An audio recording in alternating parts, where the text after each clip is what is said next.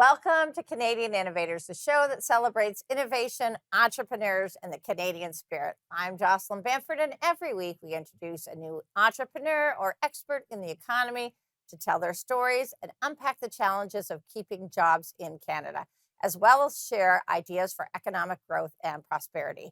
Today on the program, we are going to talk international trade with my guest, Member of Parliament and Vice Chair of the House of Commons Standing Committee on International Trade for the 45th Parliament, Adam Chambers. Adam was born and raised in Midland and currently lives there with his wife, Jane, and their two children. Welcome to the program, Adam. It's great to be here, Jocelyn.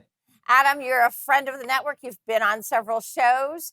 Uh, you have had an extensive background. You have a law degree. You have an MBA. You previously worked in Minister of Finance Jim Flaherty's office as a senior policy advisor. I'm sure that you have lots of stories of that time, especially during the economic meltdown.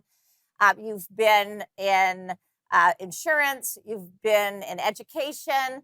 Can you just give us a quick overview of yourself and why you got into politics?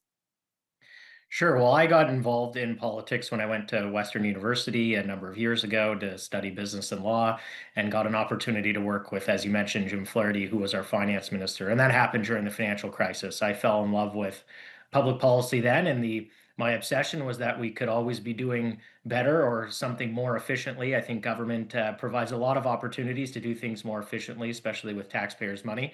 And so that has really been the drive for me to get interested in politics. I ran in 2021 for the first time because I believed that Prime Minister Trudeau was spending too much money. So you can imagine how I feel now with Prime Minister Carney, who's in fact actually doubled the deficit that Prime Minister Trudeau he'd even promised to run just a year ago. Well, Adam, let's dive right into the topic of international trade. It's been almost a year and still no trade deal between Canada and the United States, which is our largest trading partner, with a full 76% of trade. Adam, your analysis on how the negotiations are unfolding.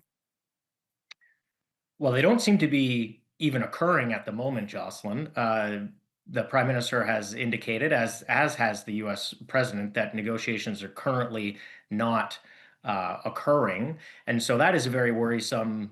Not just as a member of Parliament, but as a Canadian, to understand that a relationship with our largest trading partner, with whom we've had a very long storied history, a large undefended border, economic integration, the likes that which does not really exist in any other economies or countries in the world. So, Adam, When we have a I'm disagreement, going to show you a clip. Great sure. segue. I'm going to show you a clip of your exchange, and I'm going to get on this very topic. And this is your exchange with Dominic LeBlanc, and we'll get your thoughts on the other side. So has the Sure. U.S. made any similar movements that we have made to support the discussions? Yes. Just an example of one would be helpful. So this is there, and I appreciate the question. I want to be careful in ongoing conversations that go back months. There are different scenarios that various American officials advance, and we talk about different scenarios that we think might lead us to an agreement. At the end of the day, the CUSMA exemption, which was not part of the original announcement this has changed so many times over the last number of months. Sometimes no, I agree, it's useful. You're taking a long time to say there hasn't been. Okay, I'm going to give you one right now. The fact that Canada benefits, 97% of our exports benefit from an exemption under CUSMA, save and accept the Section 232 tariffs that they've applied across the world. But that night in February, when they said they were applying a 25% across-the-board tariff to the Canadian economy, in fact, that applies to a very small segment of Canadian exports. That is a massive, massive advantage that Canada has, but it's not enough and doesn't put us in the position we were in a year ago. So the Carney government first said that Donald Trump and the tariffs were the cause of all our economic woes.